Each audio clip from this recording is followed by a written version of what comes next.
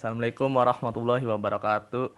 Kami dari kelompok 5 yang beranggotakan Dikian, Rizky, Satrio, Faris, Farhan Akbar, dan Hilmi akan menjelaskan materi tanggung jawab komisaris dan direksi.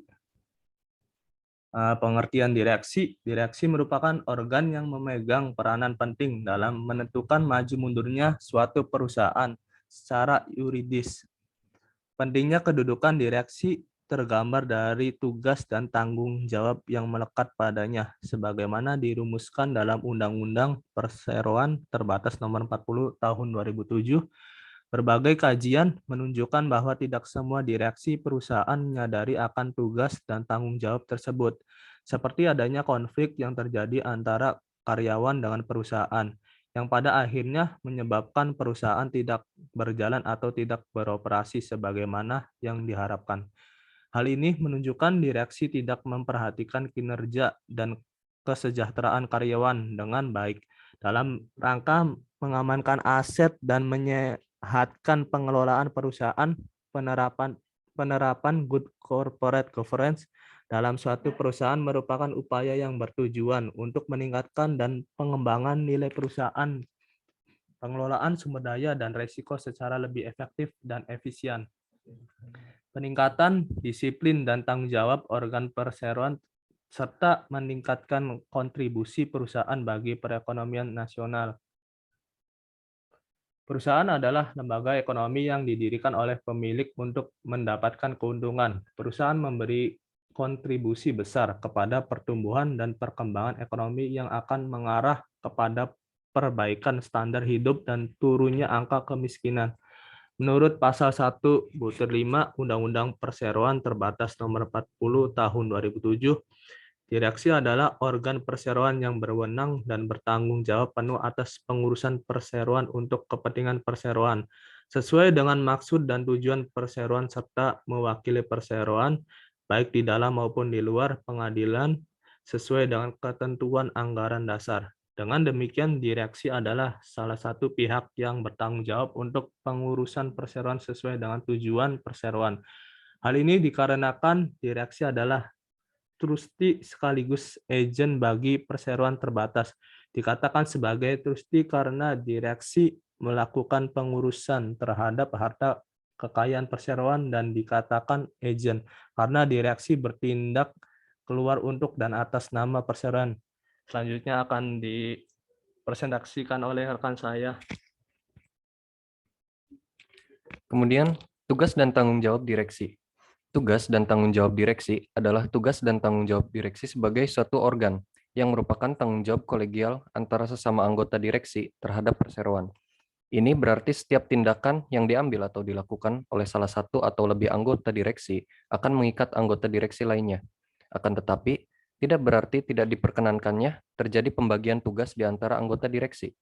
Direksi bertanggung jawab penuh atas manajemen perusahaan.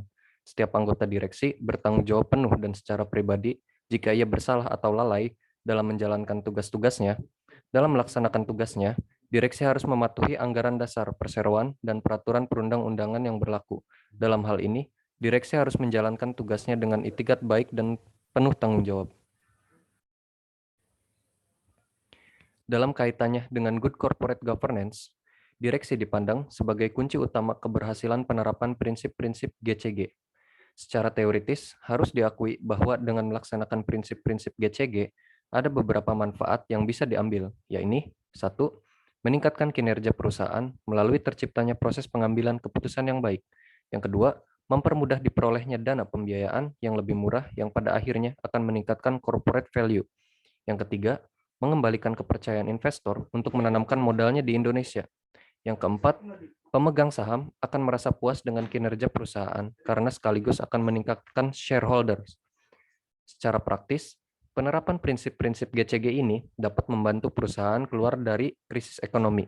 Krisis ekonomi yang berlangsung telah membuktikan betapa lemahnya penerapan GCG dalam praktek bisnis di Indonesia.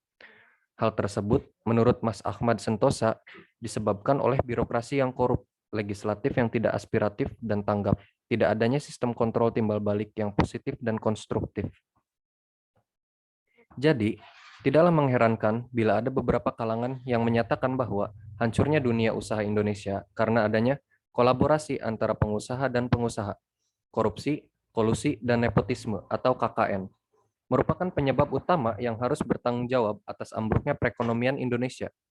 Berdasarkan pemikiran tersebut, GCG penting untuk dilaksanakan oleh perusahaan di Indonesia, karena dalam praktek kegiatan usaha perseroan seringkali timbul ketidakseimbangan hubungan antar organ perseroan, kurang tanggapnya direksi dalam pengelolaan perusahaan, dan tidak efektifnya pengelolaan aset-aset perusahaan, serta kurang berfungsinya direksi dalam kegiatan usaha perseroan. Tulisan ini akan membahas mengenai tanggung jawab direksi dalam penerapan GCG. Tanggung jawab direksi dalam penerapan Good Corporate Governance.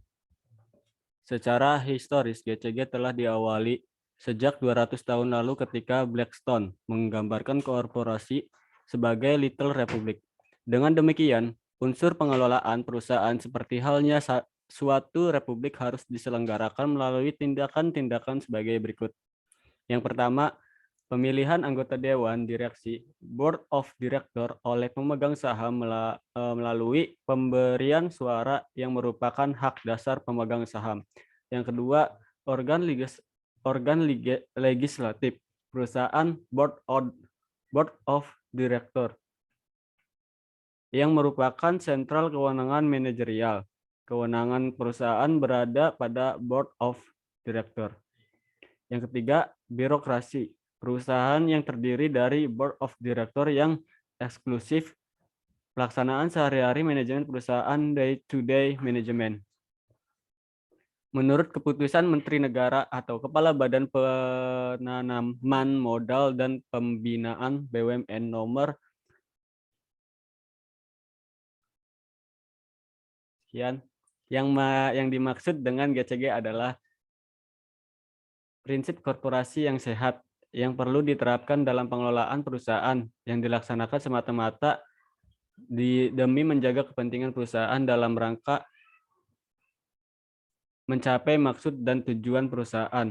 Prinsip korporasi yang sehat adalah adanya keseimbangan hubungan antara organ perusahaan, stakeholder, dan stakeholder.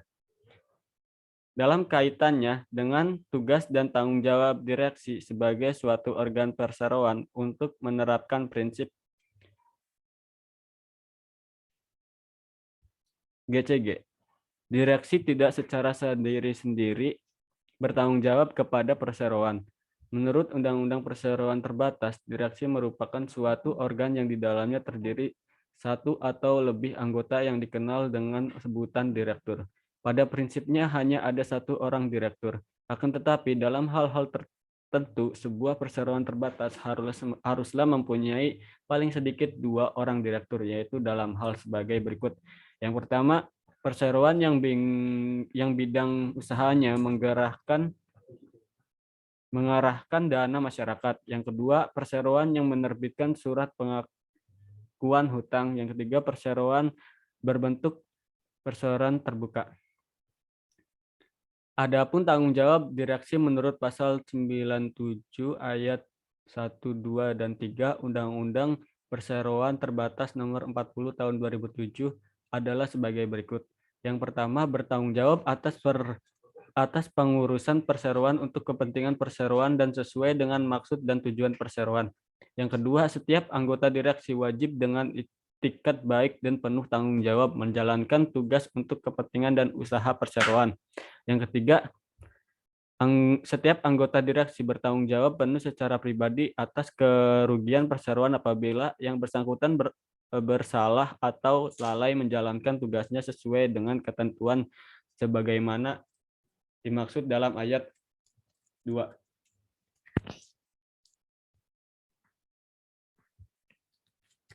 Selanjutnya ada pengertian komisaris. Komisaris adalah posisi yang mewakili pemegang saham dalam sebuah perseroan terbatas. Komisaris biasanya lebih dari satu orang, sehingga kerap disebut sebagai Dewan Komisaris atau Board of Commissioner. Jabatan komisaris ditunjuk untuk mengawasi kegiatan dan operasional perusahaan, termasuk mengawasi para direktur, Board of Director. Dalam beberapa kasus, terutama di perusahaan keluarga, komisaris bahkan sering kali ditempatkan lebih tinggi dibandingkan direksi. Kondisi ini bisa terjadi karena komisaris adalah sekaligus pemilik perusahaan atau pemegang saham. Komisaris adalah dapat mengganti pimpinan perusahaan jika dirasa pemimpin perusahaan tidak dapat menjalankan tanggung jawabnya dengan baik. Komisaris memiliki tugas fidusiari untuk bertindak demi kepentingan terbaik perusahaan dan atau menghindari semua bentuk benturan kepentingan pribadi. Pengangkatan dan pemberhentian, tugas dan wewenang, serta hak dan kewajiban Dewan Komisaris, serta hal-hal lain yang bertalian dengan Dewan Komisaris diatur dalam anggaran dasar perusahaan serta ketentuan-ketentuan lain berdasarkan best praktik tata kelola bisnis.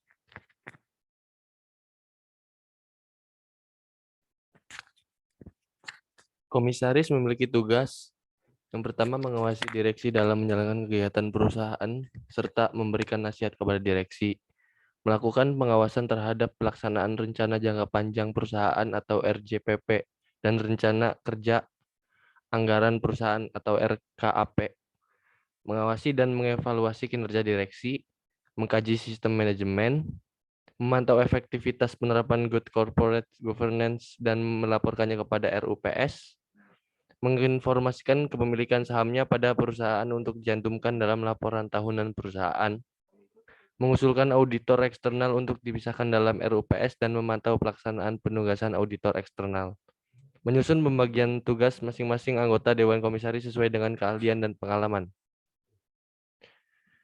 Komisaris memiliki kewajiban memberikan saran dan pendapat kepada RUPS mengenai RJPP dan RKAP yang diusulkan direksi serta menandatangani rencana tersebut, melakukan pengawasan terhadap pengurusan perusahaan, termasuk pengawasan atas pelaksanaan RKAP, usulan perubahan dan perbaikan anggaran dasar perusahaan, serta melakukan penilaian kinerja direksi.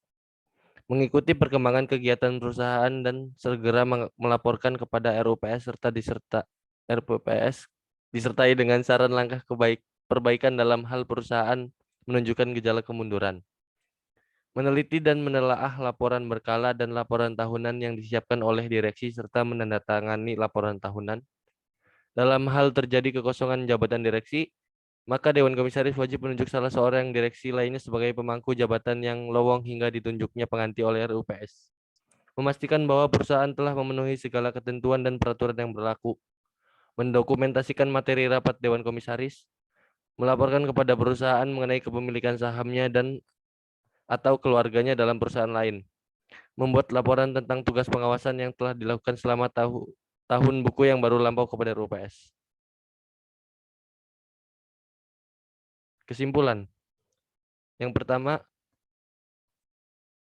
direksi sebagai pihak yang bertanggung jawab dalam pengurusan perseroan mempunyai kewajiban untuk menerapkan prinsip-prinsip good corporate governance dalam perseroan. Dalam menjalankan tugas-tugas tersebut, direksi harus menjalankan dengan itikat baik dan bertanggung jawab. Setiap anggota direksi bertanggung jawab secara pribadi atas kelalaian dalam menjalankan tugas-tugas tersebut, dan segala kerugian yang diderita oleh perseroan atau pihak ketiga harus ditanggung dengan harta pribadinya.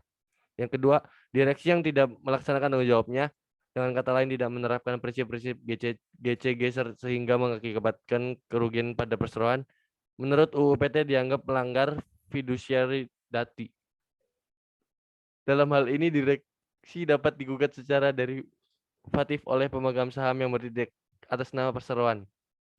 Saran, agar prinsip GCG dapat diterapkan dengan baik dalam perseroan terbatas, organ perseroan terbatas yang terdiri atas direksi dan komisaris haruslah orang yang memiliki moralitas, kompetensi, dan profesionalisme dan komitmen yang tinggi terhadap dunia usaha sehingga upaya untuk menerapkan prinsip-prinsip GCG tidak akan sampai menggunakan lajur pengadilan serta penyelesaian terhadap pelanggaran yang menyebabkan kerugian pada perseroan maupun pemegang saham. Sekian dari kelompok kami. Wassalamualaikum warahmatullahi wabarakatuh.